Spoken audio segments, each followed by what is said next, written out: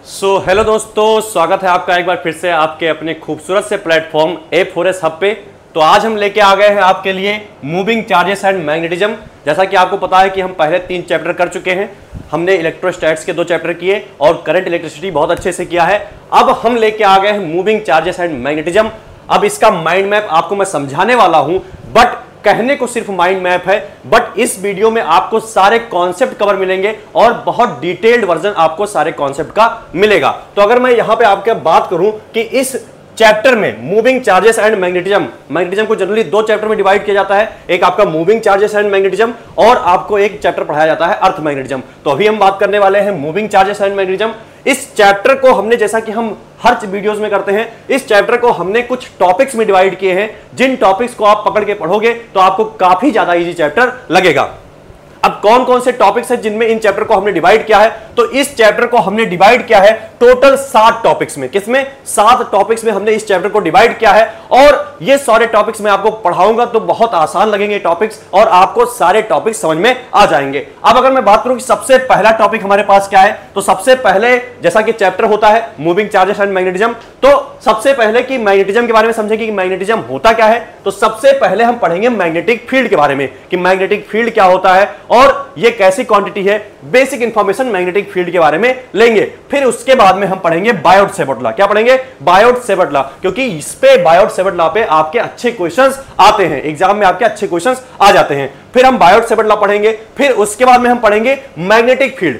ठीक है, current carrying wire से हमें मैग्नेटिक फील्ड निकालना है, लेकिन हम एक स्ट्रेट वायर से पढ़ेंगे और एक मैग्नेटिक फील्ड निकालेंगे। किससे? करंट कैरिंग लूप से, सर्कुलर लूप से भी हम मैग्नेटिक फील्ड निकालेंगे 2 पॉइंट्स पे, एक उसके एक्सिस पे किसी पॉइंट पे और एक उसके सेंटर पे कितना मैग्नेटिक फील्ड होता है। और ये सारे फॉर्मूले आपको एज इट इज कॉपी में नोट करने हैं और रट के एग्जाम देने जाना है, क्योंकि बहुत बार ऐसा होता है कि जो आपके क्वेश्चंस हैं डायरेक्ट फॉर्मूले पे आ जाते हैं। ठीक है, तो 4 टॉपिक्स तो ये हो गए। पहले मैग्नेटिक फील्ड, बायोट-सेवर्ट लॉ, और मैग्नेटिक फील्ड हम निकालेंगे करंट कैरिंग स्ट्रेट कंडक्टर की वजह से, करंट कैरिंग सर्कुलर लूप की वजह से। अब इसके बाद में हम पढ़ेंगे मैग्नेटिक फोर्स। क्या पढ़ेंगे? Magnetic force. पहले तो मैग्नेटिक फील्ड निकाल रहे थे, लेकिन अगर कोई चार्ज पार्टिकल किसी मैग्नेटिक फील्ड में मूव कर रहा है, किसी एंगल पे मूव कर रहा है, मैग्नेटिक फील्ड से कोई एंगल बना रहा है, उसकी वेलोसिटी कोई एंगल बना रही है, तो कितना मैग्नेटिक फोर्स उस चार्ज पार्टिकल पे लगेगा, ये भी हमें पढ़ना है। ठीक है, तो ये निकालेंगे कि कोई भी अगर चार्ज पार्टिकल हमारे पास है, पॉजिटिव चार्ज हो सकता है, नेगेटिव चार्ज हो सकता है, तो अगर वो मूव कर रहा है किसी भी मैग्नेटिक फील्ड में, ठीक है, तो हम देखेंगे कि उस पे फोर्स कितना लगता है,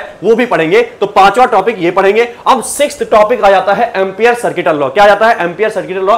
कई सारे हमारे पास अगर करंट कैरिंग कंडक्टर हैं, अगर उनकी वजह से किसी भी पॉइंट पे हमें मैग्नेटिक फील्ड निकालनी होती है, तो वहां पे हम यूज करते हैं एम्पियर सर्किटल लॉ। क्या यूज करते हैं? Ampere circuital law. और 7th टॉपिक हमने लिख दिया है एडिशनल इंफॉर्मेशन। एडिशनल इंफॉर्मेशन में क्या क्या है? आपको सोलेनॉइड पढ़ाया जाएगा कि सोलेनॉइड क्या होता है, उसकी वजह से मैग्नेटिक फील्ड, उसके अंदर कितनी मैग्नेटिक फील्ड होती है, उसके एंड्स पे कितनी मैग्नेटिक फील्ड होती है, इस पे भी काफी ज्यादा क्वेश्चंस बनते हैं। तो ये भी आपका सोलेनॉइड भी आपको बहुत अच्छे से पढ़ाया जाएगा। और उसके बाद में आपको पढ़ाया जाएगा force on current carrying conductor. ठीक है, अगर कोई करंट कैरिंग कंडक्टर है, उसको हमने मैग्नेटिक फील्ड में रख दिया है, तो उस पर एक फोर्स लगता है, उस फोर्स की वैल्यू कैसे निकाली जाती है, उस फोर्स की डायरेक्शन कैसे निकाली जाती है, सारी बातें इस वीडियो में आपको बताने वाले हैं हम। उसके बाद में हम पढ़ेंगे कि मैग्नेटिक मोमेंट क्या होता है, और अगर मैग्नेटिक मोमेंट आपके पास कोई लूप है तो उसका मैग्नेटिक मोमेंट कैसे निकाल सकते हो, और मैग्नेटिक मोमेंट निकालने के बाद आप टॉर्क कैसे निकाल सकते हो। अगर उस कोई लूप है आपके पास, करंट कैरिंग लूप है, उसको हमने किसी मान लीजिए मैग्नेटिक फील्ड में रख दिया, तो वहां पे आप टॉर्क एक लगता है, टॉर्क कैसे निकालोगे, तो वो सारी बातें यहां पे होने वाली हैं। तो इस चैप्टर को हमने जनरली 7 टॉपिक्स में कवर किया है और 7 टॉपिक को बिल्कुल डिटेल लेके चलेंगे और आपको एक एक टॉपिक समझा के ही रहेंगे। तो हम स्टार्ट करते हैं सबसे पहले अपने सबसे पहले टॉपिक से, जो कि है हमारे पास मैग्नेटिक फील्ड। तो हमारे पास मैग्नेटिक फील्ड दे रखा है कि मैग्नेटिक फील्ड होता क्या है। तो आपने मैग्नेटिक फील्ड का में भी हो सकता है कि देखा नहीं हो, कोई नहीं, किसी ने मैग्नेटिक फील्ड नहीं देखी है, लेकिन मैग्नेटिक फील्ड होती है, मैग्नेट का इफेक्ट होता है। 2 मैग्नेट को पास लेके आओगे, एक आयरन को मैग्नेट के पास लेके आओगे तो वो चिपका लेगा। ठीक है, तो मैग्नेट फोर्स तो होता है, लेकिन मैग्नेटिक फोर्स को समझने के लिए हम मैग्नेटिक फील्ड का कॉन्सेप्ट लेके आते हैं कि मैग्नेट के आसपास एक ऐसा रीजन होता है जहां पे मैग्नेट के फोर्स को हम एक्सपीरियंस कर सकते हैं। ठीक है, उसके इंटरेक्शन को हम अनुभव कर सकते हैं, एक्सपीरियंस कर सकते हैं। उस रीजन को हम क्या कहते हैं? मैग्नेटिक फील्ड कहते हैं। तो हमारे पास एक है, मतलब मैग्नेट का इलाका, फील्ड मतलब क्या होता है? इलाका। तो वही लिखा हुआ यहाँ पे, थोड़ी टफ डिफिनेशन, थोड़ी किताबी डिफिनेशन में लेके आया हूं। तो यहाँ पे लिखा हुआ, अब magnetic field is a vector field एक वेक्टर क्वांटिटी होती है, मैग्नेटिक फील्ड जो आपकी होती है एक वेक्टर क्वांटिटी होती है, is a vector field that describes the influence on moving electric charge. अब मैग्नेटिक फील्ड क्या होता है, आपके पास एक वेक्टर फील्ड होता है, ठीक है, यानी वेक्टर क्वांटिटी होती है आपकी मैग्नेटिक फील्ड। ये क्या करती है, अगर कोई मूविंग चार्ज है, मान लीजिए कोई मूविंग चार्ज है, तो उस पे एक्सपीरियंस यानी कि उस पे क्या करती है, इन्फ्लुएंस, उस पे मूविंग चार्जेस पे अपना इन्फ्लुएंस दिखाती है। मूविंग चार्जेस पे ये बताती है कि कुछ ना कुछ उसको हो सकता है कि कुछ ना कुछ उसको डिफ्लेक्ट करती है, उस पे कुछ ना कुछ चीजें करती है जो आपकी मैग्नेटिक फील्ड है। तो मैग्नेटिक फील्ड क्या करती है, एक वेक्टर क्वांटिटी होती है, ये अपना इन्फ्लुएंस किस पे दिखाती है, मूविंग चार्जेस पे दिखाती है, स्टैटिक चार्ज पे नहीं दिखाती है, ठीक है। तो ये मूविंग जो आपकी मैग्नेटिक फील्ड है मूविंग चार्जेस पे अपना इन्फ्लुएंस दिखाती है और एक वेक्टर फील्ड होती है। अगर इसके एसआई यूनिट की बात करें कि मैग्नेटिक फील्ड की एसआई यूनिट क्या होती है भैया, तो मैग्नेटिक फील्ड की एसआई यूनिट होती है टेस्ला। क्या होती है, टेस्ला। एलन मस्क वाली जो टेस्ला आपने सुनी है, तो एलन मस्क का टेस्ला नहीं, हमारे पास जो मतलब मैग्नेटिक फील्ड की एसआई यूनिट है वो है टेस्ला। क्या है, टेस्ला। और इसको हम जनरली लिखते हैं वेबर पर मीटर स्क्वायर। क्या लिखते हैं, वेबर पर मीटर स्क्वायर, ठीक है। और हमें पता है कि इसकी जो छोटी यूनिट होती है वो गॉस होती है, तो हमें पता है कि एक गॉस इक्वल टू होता है 10⁻⁻⁴ टेस्ला। क्या होता है, 1 गॉस इक्वल टू 10⁻⁻⁴ टेस्ला। इस सीयूईटी 2023 में एक क्वेश्चन भी आया था जिसमें आपको उसने आपकी मैग्नेटिक फील्ड गॉस में दे दी थी, अर्थ मैग्नेटिक फील्ड का क्वेश्चन था, उसने मैग्नेटिक फील्ड आपको गॉस में दी थी। अगर आपको यह पता होगा तभी आप फॉर्मूला आप लगा पाओगे, ठीक है। तो आपको पता होना चाहिए कि एक गॉस मतलब 1 गॉस इक्वल टू क्या होता है, 10⁻⁻⁴ टेस्ला होता है। तो यहां से हमें पता चल गया कि मैग्नेटिक फील्ड एक वेक्टर फील्ड होता है जो कि अपना इंफ्लुएंस किसके ऊपर दिखाता है, मूविंग चार्जेस के ऊपर दिखाता है। एसआई यूनिट इसकी टेस्ला होती है, इसको हम वेबर पर मीटर स्क्वायर भी कहते हैं। और एक गॉस इक्वल टू होता है 10⁻⁴ टेस्ला। तो ये 3 पॉइंट्स आपको बिल्कुल लिख लेने हैं, याद करके रखने हैं। अब हम चलते हैं अपने सेकंड पॉइंट पे जो कि है हमारा बायोट-सेवर्ट लॉ। अब बायोट-सेवर्ट लॉ बहुत ज्यादा इंपॉर्टेंट चीज है, इसके फॉर्मूले बहुत ज्यादा इंपॉर्टेंट है। मैंने कहा कि हमारे पास मान लीजिए कोई करंट कैरिंग कंडक्टर है, ठीक है, करंट कैरिंग कंडक्टर है, हमने यहां पे एक छोटा सा एलिमेंट ले लिया। क्या ले लिया, हमने एक छोटा सा एलिमेंट ले लिया, डीएल एलिमेंट। क्या ले लिया, डीएल लेंथ का एलिमेंट ले लिया, एक डीएल लेंथ का एक छोटा सा एलिमेंट ले लिया। अब डीएल लेंथ का एक छोटा सा एलिमेंट ले लिया, हमने एक पॉइंट ले रखा है, हमने कहा इस छोटे से एलिमेंट की वजह से इस पॉइंट पे कितनी मैग्नेटिक फील्ड होगी हमने कहा कि इस छोटे से लेंथ के एलिमेंट की वजह से इसमें करंट है तो करंट मैग्नेटिक फील्ड प्रोड्यूस करता है। मैंने कहा कि इस छोटे से लेंथ की वजह से इस पॉइंट पे कितनी मैग्नेटिक फील्ड होगी ये निकालने के लिए हम यूज करते हैं बायोट-सेवर्ट लॉ। क्या यूज करते हैं, बायोट-सेवर्ट लॉ। तो हमने कहा कि हमारे पास यहां पे एक आर वेक्टर है, ठीक है, इसका पोजीशन वेक्टर है, आर वेक्टर है, और यहां पे हमारे पास एक डीएल वेक्टर है जो कि करंट के डायरेक्शन में ही होता है।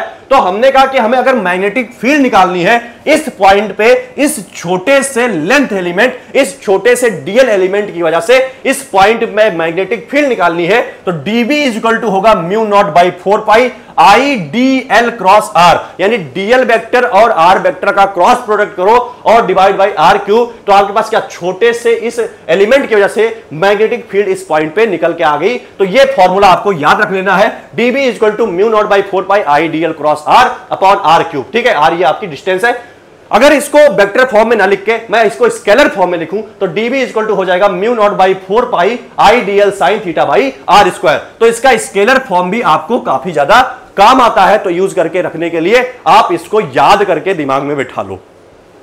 अब कई बार आ जाता है आपके पास जो μ0 की वैल्यू होती है, μ0, ठीक है, परमेबिलिटी जो होती है उसकी वैल्यू जो होती है वो होती है 4π × 10⁻⁷। क्या होती है, 4π × 10⁻⁷। तो आपको ये भी याद करके रखना है कि जो μ0 की वैल्यू होती है परमेबिलिटी ऑफ फ्री स्पेस या एयर वैक्यूम वो होती है 4π × 10⁻⁷। अब इसके बाद में हमारे पास बायोट-सेवर्ट लॉ भी कवर हो गया कि बायोट-सेवर्ट लॉ हमें क्या बताता है, किसी भी पॉइंट पे एक छोटे से एलिमेंट की वजह से जो आपकी छोटी सी मैग्नेटिक फील्ड वो होती है वो क्या होती है वो बताता है हमें बायोट-सेवर्ट लॉ। अब इसके बाद हमें क्या करना है, हमें यहां पे पढ़ना है magnetic field due to straight current carrying wire. हमें क्या पढ़ना है, magnetic field due to straight current carrying wire.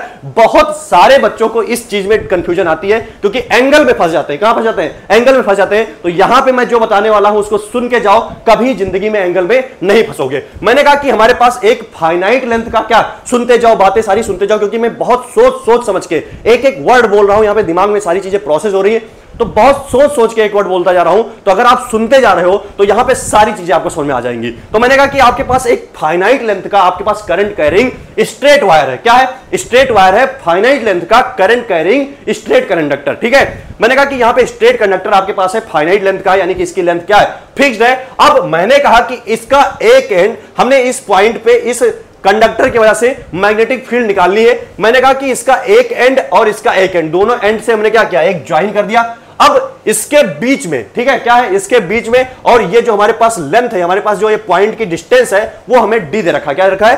D distance पे ये पॉइंट है।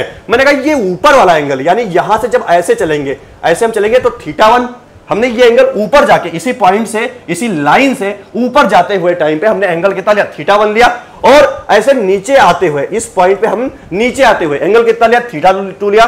तो हमने कहा कि इस पॉइंट पे जो नेट मैग्नेटिक फील्ड निकल के आएगी इस स्ट्रेट करंट कैरिंग कंडक्टर की वजह से, finite straight current carrying conductor की वजह से, वो आएगी B net is equal to mu naught I by 4 pi D. क्या आएगा? Mu naught I by 4 pi D sine θ1 plus sine θ2। क्या आएगा? Mu naught I by 4 pi D sine θ1 plus sine θ2। मेरे साथ याद करते चलिए, लिखते चलिए, सब कुछ समझ में आ जाएगा। मैंने कहा कि साइन θ1 क्या है? इस रेफरेंस पॉइंट से आपके पास जो ऊपर जाते हुए एंगल लिया, और θ2 क्या है? इसी रेफरेंस पॉइंट से नीचे आते हुए जो एंगल लिया था दूसरे एंड को ज्वाइन करने के लिए। किसको ज्वाइन करने के लिए? दूसरे एंड को। और ये θ1 किसके लिए था? पहले एंड को ज्वाइन करने के लिए जो एंगल लिया था उसको हमने θ1 बोला था, और नीचे वाले एंड को ज्वाइन करने के लिए जो एंगल लिया था उसको हमने θ2 बोला था। तो मैंने कहा कि जो मैग्नेटिक फील्ड इस पॉइंट पे निकल के आई है इस स्ट्रेट करंट कैरिंग कंडक्टर की वजह से, वो आएगी B net is equal to mu naught by 4 pi T, mu naught I by 4 pi D sine θ1 plus sine θ2। तो ये आपके पास हो गया स्ट्रेट करंट कैरिंग वायर की वजह से। लेकिन ये फाइनाइट वायर है, कभी कभी आपको दे दिया जाता है इनफिनाइट वायर, आपको दे दिया जाएगा सेमी इनफिनाइट वायर। अगर आपको इनफिनाइट वायर दे दिया जाए कि हमारे पास जो वायर है, अब वायर ऊपर भी बहुत लंबा है, नीचे भी बहुत लंबा है, इनफिनाइट वायर क्रिएट करना पॉसिबल नहीं है। लेकिन इनफिनाइट वायर क्रिएट कैसे कर सकते हैं? आप लंबा वायर ले लीजिए, आप पॉइंट आप बहुत पास ले लीजिए, तो आपके पास ये जो पॉइंट है यहां पे आप ऑब्जर्व करोगे, कोई चीटी बैठा दोगे तो इससे लगेगा कि वायर तो लंबा इनफिनाइट है। तो ये इनफिनाइट वायर का कॉन्सेप्ट होता है।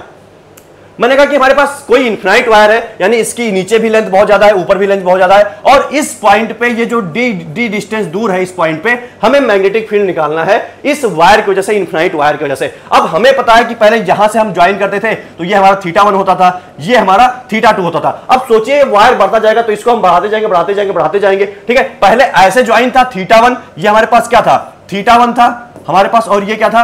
θ2 था। मैंने कहा कि अभी तक ऐसे ज्वाइन कर रखे थे, अब इसको ऊपर बहुत ज्यादा लेंथ है, मतलब ऊपर बहुत ज्यादा दूर तक गया है, तो इसको बढ़ाते जाओगे ज्वाइन करने के लिए, बढ़ाते जाओगे, बढ़ाते जाओगे, और एक टाइम आएगा ऐसे ये जो हमारे पास लाइन है, ये वाली लाइन ऐसे बिल्कुल स्ट्रेट हो जाएगी। तो मैंने कहा क्योंकि आपने भी पढ़ रखा है कि two straight lines meet each other at infinity, तो ये जो दोनों लाइंस होंगी ये जाके इंफिनिटी पे मीट करेंगी, यानी कि यहां पे आपका θ1 भी 90 हो जाएगा और θ2 भी 90 डिग्री हो जाएगा। तो आपके पास यहां पे मैं साइन θ1 साइन θ2 आपका क्या हो जाएगा? 1 हो जाएगा, 1 हो जाएगा। तो साइन θ1 प्लस साइन θ2 क्या हो जाएगा? 2 हो जाएगा। और जो आपके पास नेट मैग्नेटिक फील्ड निकल के आएगा वो निकल के आएगा mu naught I by 2 pi D. क्या निकल के आ जाएगा? Mu naught I by 2 pi D. अब इसके बाद में अगर हम बात करें कि सेमी इनफिनाइट वायर, यानी कि एक एंड तो आपका क्या इंफिनिटी पे है और दूसरा एंड इनफिनाइट नहीं, यानी दूसरा एंड फिक्स्ड है। तो मैंने कहा कि यहां से अगर मैं पॉइंट देखूं, ये आपके पास क्या था? डी था। मैंने कहा कि इस पॉइंट पे अगर मैग्नेटिक फील्ड निकालेंगे तो हम एक पॉइंट को ऐसे यहां से नीचे चले गए ज्वाइन करते थे, लेकिन वो पॉइंट यहीं पे है। तो मैंने कहा ठीक है,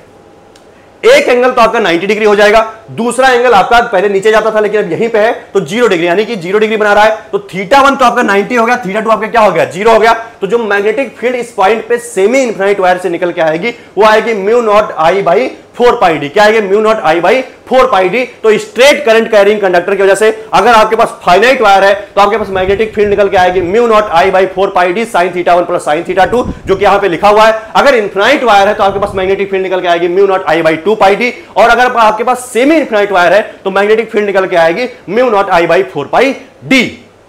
अब हमें बात करनी है, हमारे पास तीसरा टॉपिक भी कवर हो गया। अब हमें बात करनी है magnetic field due to circular loop, current करेंग सर्कुलर लूप अगर आपके पास है तो उसकी वजह से मैग्नेटिक फील्ड क्या होगी। हमें यहां पे दो पॉइंट पे पढ़ना है, एक तो एक्सिस पे कि मान लीजिए आपके पास कोई सर्कुलर लूप है और इसकी एक्सिस है, क्या है? मान लीजिए आपके पास कोई करंट करेंग लूप है और उसकी एक्सिस यानी कि उसके बीच से सेंटर से एक लाइन पास हो रही है, कोई ऐसे मान लीजिए कि करंट कैरिंग लूप है, ठीक है, क्या है, करंट कैरिंग लूप है और उसकी एक एक्सिस है जो कि बीच यानी एक्सिस है, उससे लाइन पास हो रही है, उसके सेंटर से एक लाइन पास हो रही है, उसे हम एक्सिस कहेंगे। अब उस एक्सिस पे कहीं भी किसी भी पॉइंट पे आपकी जो मैग्नेटिक फील्ड होगी वो क्या होगी, ठीक है। मान लीजिए ऐसे कोई आपके पास क्या है, करंट कैरिंग सर्कुलर लूप है और ये जो लाइन उसके सेंटर से पास हो रही होगी उसे हम कहेंगे क्या, एक्सिस कहेंगे। और उस एक्सिस पे किसी भी पॉइंट पे चले जाइए तो वहां पे मैग्नेटिक फील्ड क्या होगी, अगर हमें उसे निकालना है तो उसके लिए आपके पास फॉर्मूला होता है। मान लीजिए आपके पास क्या, ये आपके पास एक करंट कैरिंग सर्कुलर लूप है और ये आपके पास क्या है, इसकी एक्सिस है और पीछे भी ऐसा एक्सिस होगी।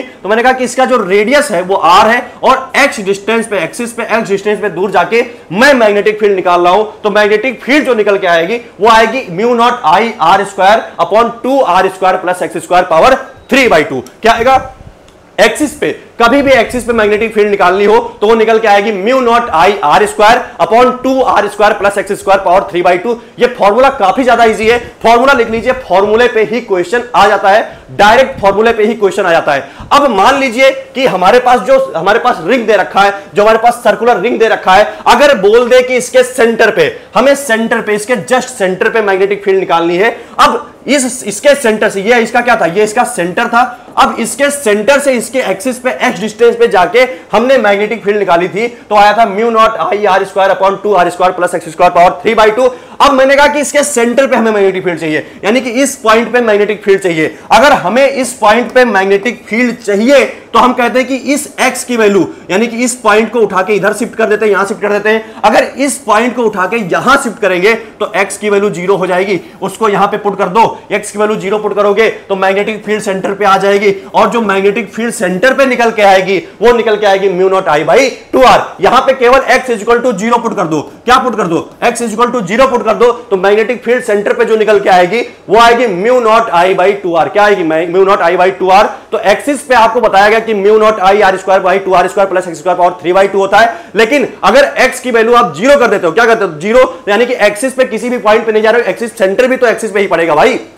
यहां पे अगर मैं बताऊं तो सेंटर भी तो आपका एक्सिस पे ही तो पड़ रहा है, सेंटर भी तो आपके एक्सिस पे ही पड़ रहा है। तो सेंटर के लिए जो आपके x की वैल्यू होगी वो 0 हो जाएगी और आपके पास सेंटर पे जो मैग्नेटिक फील्ड निकल के आएगा वो निकल के आ जाएगा mu naught I by 2r। तो हमारे पास मतलब कह रहे हैं हमारे पास करंट कैरिंग सर्कुलर लूप है तो उसकी वजह से हम दो जगह मैग्नेटिक फील्ड निकालते हैं, एक तो एक्सिस पे और एक कहां पे, सेंटर पे। तो एक्सिस पे जो मैग्नेटिक फील्ड आती है वो आती है mu naught I r square upon 2 r square plus x square power 3/2 और जो सेंटर पे मैग्नेटिक फील्ड आती है वो आती है mu naught I by 2r। मैंने कहा ठीक है। अगर मैं अगले टॉपिक के बारे में बात करूं तो अगला टॉपिक आता है मैग्नेटिक फोर्स। अब हमने मैग्नेटिक फील्ड के बारे में बातें कर लिया कि मैग्नेटिक फील्ड कैसे निकालते हैं करंट कैरिंग, मतलब करंट कैरिंग कंडक्टर की वजह से। अब हमें बात करना है कि मैग्नेटिक फोर्स कितना लगेगा अगर हमारे पास कोई चार्ज है, कोई करंट कैरिंग कंडक्टर है, तो अगर उसको हमने मैग्नेटिक फील्ड में पुट कर दिया, कोई चार्ज को, किसी करंट कैरिंग कंडक्टर को अगर हमने मैग्नेटिक फील्ड में पुट कर दिया तो उस पर फोर्स कितना लगेगा, अब हमें यह पढ़ना है। तो सबसे पहले पढ़ते हैं कि हमारे पास कोई चार्ज है, मूविंग चार्ज है, क्योंकि मूविंग चार्ज पे ही फोर्स लगता है। मैंने कहा कोई मूविंग चार्ज है उसको हमने मैग्नेटिक फोर्स देखना है। अगर हमारे पास कोई मूविंग चार्ज है हमें फोर्स निकालना है, magnetic force on moving charge, ठीक है। हमने उसे किसी मैग्नेटिक फील्ड में रखा है तो उस पर कितना फोर्स लगेगा हमें वो निकालना है। तो हमने कहा कि जो हमारे पास फोर्स का फॉर्मूला आता है वो आता है क्यू बी क्रॉस बी। क्या आता है, क्यू बी क्रॉस बी। अब देखिए जो आपके पास B है ये आपके पास क्या है, ये आपके पास वेलोसिटी वेक्टर है। B क्या है, ये आपके पास है मैग्नेटिक फील्ड। क्या है, मैग्नेटिक फील्ड। मैंने कहा ठीक है, मैग्नेटिक फील्ड वेलोसिटी वेक्टर का मैग्नेटिक फील्ड के साथ आप क्या करेंगे, क्रॉस प्रोडक्ट लेंगे तो आपके पास यहां पे क्या आ जाएगा, फोर्स का मैग्नीट्यूड निकालने के लिए आ जाएगा Q B B sine theta. क्या आ जाएगा, Q B B sine theta से आप जो आपके पास चार्ज पार्टिकल है अगर आप उसको किसी मैग्नेटिक फील्ड में लेके गए हो तो उस पर जो फोर्स लगेगा उसका मैग्नीट्यूड निकालने के लिए Q B B sine theta use कर सकते हैं। लेकिन क्या हो अगर मान लीजिए कि आपके पास डायरेक्शन पूछ ले कि आपके पास डायरेक्शन क्या होगा, तो डायरेक्शन निकालने के लिए बी क्रॉस बी यूज करेंगे। क्या करेंगे, बी क्रॉस बी की डायरेक्शन यूज कर देख लेंगे। बी क्रॉस बी की डायरेक्शन जो भी होगी उसी डायरेक्शन में आपका फोर्स लगेगा उस चार्ज पार्टिकल के ऊपर। तो मैंने कहा बी क्रॉस बी जो भी आपके पास डायरेक्शन होगी उसी डायरेक्शन में फोर्स लगेगा। मान लीजिए हमारे पास क्या ऐसे कोई है, ठीक है, अगर मैग्नेटिक फील्ड ऐसे है और पार्टिकल मूव ऐसे कर रहा है तो फोर्स आपका निकाल सकते हो बी क्रॉस बी से, ठीक है। अब अगर हम बात करें कि हमारे पास थीटा इज इक्वल टू 0, इस केस में थीटा 0 हो तो फोर्स क्या हो जाएगा, साइन 0 0 हो जाएगा, यानी कि फोर्स आपका 0 हो जाएगा। अगर थीटा 90 हो जाए यानी कि 90 डिग्री पे आपका चार्ज पार्टिकल एंटर करे मैग्नेटिक फील्ड से 90 डिग्री, अगर मैग्नेटिक फील्ड से 0 डिग्री बनाते हुए एंटर करेगा यानी कि मैग्नेटिक फील्ड ऐसे है और चार्ज पार्टिकल भी ऐसे एंटर कर रहा है, ठीक है, ऐसे एंटर कर रहा है, तो फोर्स तो उस पर 0 लगेगा। लेकिन अगर मैग्नेटिक फील्ड से चार्ज पार्टिकल अपनी वेलोसिटी का एंगल 90 डिग्री बनाते हुए एंटर करे तो आपके पास जो फोर्स लगेगा वो लगेगा QBB, क्या लगेगा, QBB। और ऐसे केस में आपका जो चार्ज पार्टिकल है वो एक सर्कुलर में यानी कि सर्कल में आपका रोटेट करता है, तो उस सर्कल का जो रेडियस होगा, radius in which charge particle revolve, जब 90 डिग्री पे आता है तो एक सर्कल में रिवॉल्व करता है, और उस सर्कल में रिवॉल्व करता है तो उस सर्कल का रेडियस क्या होता है, जिस सर्कल में हमारा चार्ज पार्टिकल अगर मैग्नेटिक फील्ड और वेलोसिटी वेक्टर के बीच में 90 डिग्री है तो एक सर्कल में रिवॉल्व करता है, और उस सर्कल का रेडियस क्या होता है। अगर मैं रेडियस की बात करूं तो मैंने कहा QBB is equal to mv²/r, क्योंकि हमारे पास ये फोर्स होता है, तो r इज इक्वल टू यानी रेडियस, हमारे पास जो रेडियस निकल के आता है वो आता है mb/qb, क्या आता है, mb/qb। हमारे पास m मास है चार्ज पार्टिकल का, b क्या है, वेलोसिटी है, q है हमारे पास चार्ज है, ठीक है, b क्या है, मैग्नेटिक फील्ड, तो हमारे पास ये रेडियस निकल के आता है r is equal to mb/qb। हमारे पास दो केस हो गया। केसेस क्या क्या है, एक तो फोर्स इक्वल टू होता है QBB sin थीटा, या लिख सकते हैं F equal to QB cross B, यानी कि कोई भी हमारे पास चार्ज पार्टिकल है अगर वो मैग्नेटिक फील्ड में एंटर करता है, किसी भी एंगल पे एंटर करता है तो उस पर फोर्स कितना लगेगा, वो लगेगा F equal to QB cross B, या उसको कह सकते हैं F equal to QBB sin theta. अब इसमें कई सारे केसेस है। पहला केस है अगर एंगल आपका क्या है, थीटा 0 डिग्री है, यानी कि वेलोसिटी वेक्टर और मैग्नेटिक फील्ड के बीच में एंगल 0 डिग्री है तो फोर्स कितना लगेगा, 0 लगेगा। अगर थीटा 90 है तो फोर्स कितना लगेगा, QBB लगेगा, और ऐसे केस में वो एक सर्कल में रिवॉल्व करता है और उस सर्कल का रेडियस क्या होता है, r इक्वल टू mb/qb। मैंने कहा ठीक है इतना हो गया। अगर मान लीजिए थीटा 0 नहीं है, थीटा 90 नहीं है, कोई रैंडम वैल्यू आ गया थीटा का, क्या आ गया, थीटा का रैंडम वैल्यू आ गया, when angle between b and b is theta, कोई रैंडम वैल्यू आ जाए तो यहां पे एक हेलिकल पाथ फॉलो करता है। यहां पे देखिए कि हमारे पास जो चार्ज पार्टिकल है वो b वेलोसिटी पे थीटा एंगल पे मैग्नेटिक फील्ड से एंटर किया है, तो यहां पे ये एक किसका कंपोनेंट हो गया, b cos थीटा, एक इसका कंपोनेंट हो गया b sin थीटा, और इसने एक हेलिकल पाथ फॉलो किया है। क्या फॉलो किया है, हेलिकल पाथ फॉलो किया है। अगर हेलिकल पाथ फॉलो किया है तो इसकी हम पिच निकाल सकते हैं। क्या निकाल सकते हैं, पिच। अगर इस केस में हम इस सर्कल का रेडियस निकालना चाहेंगे तो रेडियस हमारे पास आ जाएगा mb sin थीटा/qb, क्या आ जाएगा, mb sin थीटा/qb, ठीक है। तो हमारे पास यहां पे आ जाएगा रेडियस हमारे पास mb sin थीटा/qb। अगर हम इस हेलिकल पाथ का पिच निकालना चाहिए, क्या पिच पे बहुत सारे क्वेश्चंस आते हैं, अगर इस हेलिकल पाथ का पिच निकालना चाहे, अब पिच निकालने से पहले आपको पता होना चाहिए कि पिच होता क्या है। अगर मैं आपको पिच के बारे में बताऊं कि पिच क्या होता है, तो पिच होता है the horizontal distance between two circle. अब यहां पे ऐसे सर्कुलर पाथ, जैसे मान लीजिए ऐसा सर्कुलर पाथ बनता जा रहा है, ठीक है, कैसे ऐसे सर्कुलर पाथ बनता जा रहा है, तो यहां पे हेलिकल यानी कि ऐसे एक सर्कुलर ऐसे कि ऐसे चार्ज मूव करता जा रहा है, आगे बढ़ता जा रहा है, तो यहां पे दो सर्कल के बीच में, यहां पे एक सर्कल ये है, एक सर्कल ये है, इनके बीच में जो डिस्टेंस होता है, क्या होता है, जो डिस्टेंस होता है, the horizontal distance between two circle, दो सर्कल के बीच में जो हॉरिजॉन्टल डिस्टेंस होता है उसे हम क्या कहते हैं, उसे पिच कहते हैं। और पिच का फॉर्मूला क्या होता है, 2πm/qb into b cos theta, क्या होता है, b cos थीटा। इसको कैसे निकालते हैं, टाइम पीरियड को हम किससे मल्टीप्लाई करते हैं, स्पीड से मल्टीप्लाई करते हैं, तो हमारे पास डिस्टेंस निकल के आ जाता है, तो पिच आता है 2πm/qb into b cos theta. तो अगर कोई हमारे पास अगर चार्ज पार्टिकल किसी एंगल थीटा पे, b एंड b के बीच में जो एंगल है थीटा है, तो हमारे पास एक हेलिकल पाथ फॉलो होता है, तो हेलिकल पाथ फॉलो होता है तो उसका जो रेडियस आता है, सर्कल का रेडियस आता है, वो आता है mb sin थीटा/qb। और अगर उस हेलिकल पाथ का हमें पिच निकालना है, यानी कि दो कॉन्जिक्यूटिव सर्कल के बीच में जो डिस्टेंस होती है उसे पिच कहते हैं, तो पिच हमारे पास जो होता है 2πm/qb into b cos theta. ये फॉर्मूला बहुत इंपॉर्टेंट है, इसको रट लेना, उसको याद कर लेना, क्योंकि ये फॉर्मूले पे क्वेश्चंस आ सकते हैं। अब अगर मैं अगले टॉपिक पे चलूं, हमारे पास अगला टॉपिक है एम्पियर सर्किटल लॉ। क्या है हमारे पास, एम्पियर सर्किटल लॉ। अब एम्पियर सर्किटल लॉ क्या कहता है, एम्पियर सर्किटल लॉ कहता है कि हमारे पास कई करंट कैरिंग कंडक्टर्स है, क्या है, करंट कैरिंग कंडक्टर्स है। यहां पे I1 है, I2 है, I3 है, I4 है, चार करंट कैरिंग कंडक्टर्स है। I1 यहां पे प्लेन में अंदर इसका करंट जा रहा है, I2 का करंट बाहर आ रहा है, I3 का करंट अंदर जा रहा है, I4 का करंट बाहर आ रहा है। यानी कि हमारे पास अगर ये प्लेन है तो इसमें I1 अंदर जा रहा है, I2 बाहर आ रहा है, I3 अंदर जा रहा है, I4 बाहर आ रहा है, मतलब कहो बहुत सारे करंट कैरिंग कंडक्टर्स हैं। हमें इस पॉइंट पे नेट मैग्नेटिक फील्ड चाहिए, इन सब कंडक्टर्स की वजह से इस पॉइंट पे नेट मैग्नेटिक फील्ड चाहिए। तो नेट मैग्नेटिक फील्ड कैसे निकाल सकते हैं इस पॉइंट पे, तो उसको निकालने के लिए हम यूज करेंगे एम्पियर सर्किटल लॉ, यानी कि B dot DL equal to mu naught I in. अब इसका कॉन्सेप्ट क्या है, तो हमने कहा कि हमें इस पॉइंट पे मैग्नेटिक नेट मैग्नेटिक फील्ड चाहिए, तो मैंने कहा कि यहां पे एक लूप अज्यूम कर लो। क्या कर लो, एक लूप अज्यूम कर लो, और उसके अंदर जितने भी चार्जेस उस पॉइंट को कवर करते हुए एक लूप अज्यूम कर लो। तो मैंने यहां पे लूप अज्यूम किया, एक हाईली सिमेट्रिकल लूप यहां पे अज्यूम करना पड़ता है, तो मैंने कहा एक लूप अज्यूम किया, और उस लूप की डायरेक्शन भी अपने हिसाब से मान लो। तो मैंने कहा कि ये जो हमारे पास एंटी क्लॉकवाइज डायरेक्शन है, मैंने एंटी क्लॉकवाइज डायरेक्शन ले लिया। अब एंटी क्लॉकवाइज डायरेक्शन ले लिया है, तो एंटी क्लॉकवाइज डायरेक्शन में अपने फिंगर्स को रखो और उसी डायरेक्शन में कर्ल करो। क्या करो, जिस डायरेक्शन में, जिस लूप की जो डायरेक्शन मानी है उसी डायरेक्शन में अपने फिंगर्स को कर्ल करो। तो मैंने एंटी क्लॉकवाइज डायरेक्शन में फिंगर्स को कर्ल किया, तो थंब बाहर वाला डायरेक्शन दिखा रहा है। यहां पे कर्ल किया तो थंब बाहर वाला डायरेक्शन दिखा रहा है। अब अगर थंब बाहर वाला डायरेक्शन दिखा रहा है, तो जितने करंट इस प्लेन से बाहर आ रहे होंगे उनको हम पॉजिटिव ले लेंगे, यानी कि यहां पे I2 पॉजिटिव हो जाएगा, I4 पॉजिटिव हो जाएगा, और I1 I3 क्या हो जाएगा, अंदर जा रहे हैं, यानी हमारे के थंब के अपोजिट जा रहे हैं, तो वो क्या हो जाएंगे, वो निगेटिव हो जाएंगे। तो यहां पे इनक्लोज्ड करंट जो हो जाएगा, अब इनक्लोज्ड करंट, ये बाहर वाले करंट नहीं ले रहे, यानी जो हमने सिमेट्रिकल फिगर लिया है उसके बाहर वाले जो करंट है उनको नहीं लेना है। यहां पे जो वैल्यू लिखी हुई है म्यू नॉट I इन, यहां पे जो लूप के अंदर है, क्या है, लूप के अंदर है, उन्हीं करंट को रखना है और साइन के साथ रखना है, यानी कि जो लूप के डायरेक्शन में अगर है, या जैसे लूप का डायरेक्शन है, तो हमने यहां पे देखा कि लूप का डायरेक्शन क्या है, बाहर आ रहा है, तो I2 को क्या रखना है, पॉजिटिव रखना है। यहां पे I2 को हमने पॉजिटिव रखा, और I1 अंदर जा रहा है, जबकि लूप का डायरेक्शन थंब बाहर दिखा रहा है, तो I1 को हमने क्या रखा, नेगेटिव रखा। अब मेन कॉन्सेप्ट जो इस चीज का है कि हमें इस पॉइंट पे तो सबकी वजह से मैग्नेटिक फील्ड निकालना था, लेकिन आपने सर यहां पे केवल I1 और I2 को ही कंसीडर किया इस चीज में। तो भैया आप ये मान के चलो कि I1 I2 को मैंने कंसीडर किया है फॉर्मूले में, लेकिन इस पॉइंट पे जो मैग्नेटिक फील्ड निकल के आएगी वो I3 की वजह से भी आएगी, I4 की, I1 I2 सबकी वजह से नेट मैग्नेटिक फील्ड निकल के आती है। तो यह आता है B dot DL equal to mu naught I in. क्या आता है, B dot DL equal to mu naught I in. तो ये है आपका एम्पियर सर्किटल लॉ। क्या है, एम्पियर सर्किटल लॉ। तो छठवां टॉपिक आपका भी कंप्लीट हो गया, 6th टॉपिक कंप्लीट हो गया, एम्पियर सर्किटल लॉ। अब हमारे पास कुछ एडिशनल इंफॉर्मेशन है।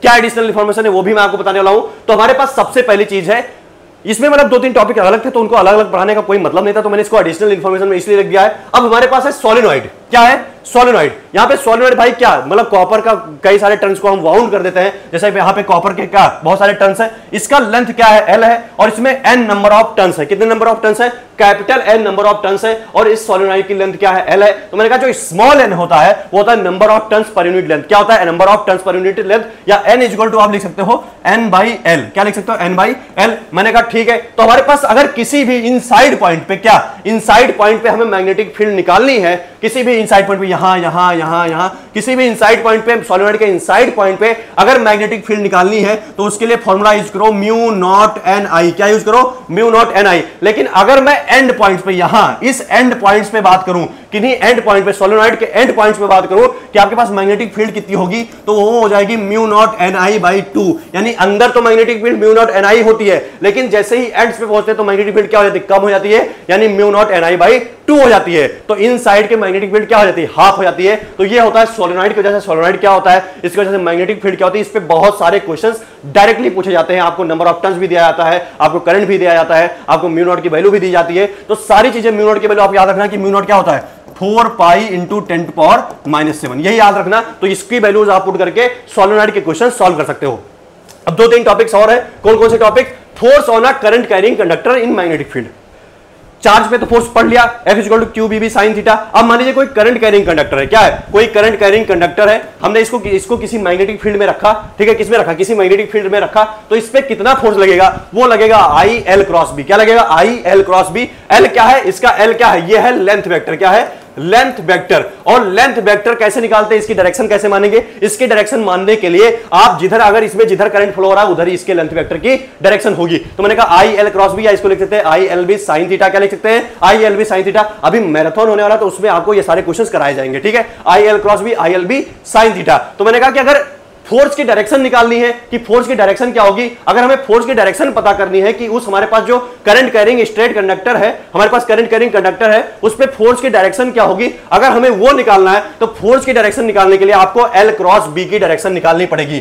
फोर्स की डायरेक्शन निकालने के लिए आपको L क्रॉस B की डायरेक्शन निकालनी पड़ेगी। L क्रॉस B की डायरेक्शन आप निकालोगे तो आपको फोर्स की डायरेक्शन यहां पे पता चल जाएगी। अब L क्रॉस B की डायरेक्शन कैसे निकालोगे, तो आप जैसे ही जिधर आपका लेंथ वेक्टर है उधर रखो और फिर B की डायरेक्शन में आप इसको अपने फिंगर्स को कर्ल करो तो आपके पास जो थंब होगा वो L क्रॉस B की डायरेक्शन दे देगा। तो ये आप कर सकते हो, L क्रॉस B की डायरेक्शन निकाल सकते हो, वहां से आपको फोर्स की डायरेक्शन मिल जाएगी। अब इसका में एक आता है कि force on a parallel current carrying conductor. अब मान लीजिए आपके पास दो करंट कैरिंग कंडक्टर हैं, दोनों की क्या है, पैरेलल है। अगर पैरेलल है तो वहां पे अगर आपको फोर्स निकालना है तो हो जाएगा म्यू नॉट L इंटू आई ए इंटू आई बी अपॉन 2 पाई डी। आई होता है कि एक में कितना करंट है, आई बी होता है दूसरे में कितना करंट है, L जिस पे फोर्स निकाल रहे हैं उसकी लेंथ कितनी है हमें यहां पे वो भी रखना पड़ता है। तो L क्या है, जिस कंडक्टर पे जिस वायर पे फोर्स निकाल रहे हैं कि उस वायर पे कितना फोर्स लगा रहा है ये वाला वायर। मान लीजिए ये दो वायर है हमारे पास ऐसे पैरेलल है, ये वाला वायर इस वाले वायर पे फोर्स लगा रहा है, तो मैंने कहा कि ये वाला वायर इस वाले वायर पे कितना फोर्स लगा रहा है वो निकालने के लिए L की वैल्यू भी रखनी पड़ेगी। तो म्यू नॉट L इंटू आई ए आई बी अपॉन 2 पाई डी।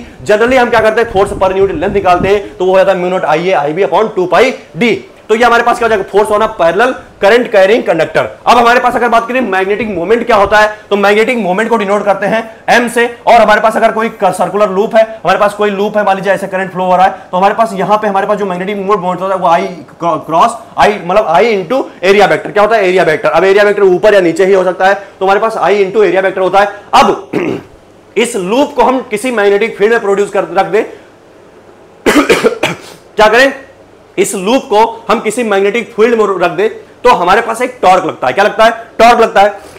और उस टॉर्क की वैल्यू क्या होगी, तो टाउ इज इक्वल टू होता है M क्रॉस B। क्या होता है, M क्रॉस B। M आपका क्या होता है, मैग्नेटिक मोमेंट होता है, B आपका क्या होता है, मैग्नेटिक फील्ड होता है, या इसको लिख सकते हैं MB sin थीटा। क्या लिख सकते हैं, MB sin थीटा। और मैग्नेटिक मोमेंट निकालने के लिए आप ये फॉर्मूला यूज कर सकते हो। अगर N टर्न्स होता है तो N इंटू आई ए इंटू ए कर सकते हो। तो ये हमारे पास मैग्नेटिक मोमेंट यहां से निकलता है, अगर टॉर्क निकालना है तो यहां से आप निकाल सकते हो। तो ये था आपके सारे टॉपिक्स जो कि इस चैप्टर में हमें कवर करने थे। आई होप आपको समझ में आया होगा, मजा आया होगा, क्योंकि इसी एनर्जी से पढ़ते रहेंगे तो काफी ज्यादा मजा आने वाला है और सारी चीजें आपको समझ में आने वाली हैं। और जिस एग्जाम के लिए भी आप टारगेट कर रहे हो वो आपका बिल्कुल का बिल्कुल पक्का है, क्रैक हो जाएगा। ठीक है, तो यहां पे हमने जैसा कि आपको बताया था कि हम यहां पे 7-8 टॉपिक्स आपको पढ़ाने वाले हैं। तो मैंने मैग्नेटिक फील्ड भी पढ़ाया, बायोट-सैवर्ट लॉ भी पढ़ाया, magnetic field due to straight current carrying wire भी पढ़ाया, हमने इनफिनाइट वायर भी पढ़ा, हमने सेमी इनफिनाइट वायर भी पढ़ा, हमने magnetic field due to current carrying loop भी पढ़ा, हमने मैग्नेटिक फोर्स भी पढ़ा, एम्पियर सर्किटल लॉ भी पढ़ा, एडिशनल इंफॉर्मेशन हमने सोलेनॉइड देखा, force on current carrying conductor देखा, दो पैरेलल कंडक्टर भी हो तो उस पर भी देखा, मैग्नेटिक मोमेंट भी देखा, टॉर्क अगर किसी लूप को हम किसमें मैग्नेटिक फील्ड में रख दें तो उस पर टॉर्क जो लगता है हमने वो भी देखा। तो ये हमारे पास इस चैप्टर के लिए हो गया। इस चैप्टर हमने सारे टॉपिक्स कवर करा दिए और इससे बाहर क्वेश्चंस आने की प्रोबेबिलिटी बहुत कम है। इतनी चीजें आप बना लीजिए, फॉर्मूला शीट बना लीजिए और इसको डेली रिवाइज करिए तो आपके लिए मोर देन सफिशिएंट है। तो मिलते हैं बहुत ही जल्द। अगर आपको वीडियो अच्छी लगी हो तो कमेंट बॉक्स में कमेंट कर सकते हैं, कोई डाउट भी हो तो कमेंट बॉक्स में कमेंट कर सकते हैं और अपने दोस्तों को भी शेयर कर सकते हैं कि यहाँ पे हमारे साथ पढ़ाई बहुत अच्छी चल रही है और हम तो पढ़ रहे हैं, आप भी आके हमें ज्वाइन कर सकते हैं। और जल्दी बहुत सारी चीजें इस चैनल पर नहीं आने वाली हैं, तो यहां से पढ़ाई करते रहिए, जो भी हेल्प हो पा रही है हमसे आपके हम करते रहेंगे और बहुत अच्छी चीजें लेके आते रहेंगे। तो मिलते हैं नेक्स्ट वीडियो में जल्द ही। तब तक आपको पढ़ाई करना है, तब तक अपना ध्यान रखिए, ख्याल रखिए। मिलते हैं जल्दी नेक्स्ट वीडियो में, तब तक के लिए धन्यवाद, बाय बाय, टेक केयर।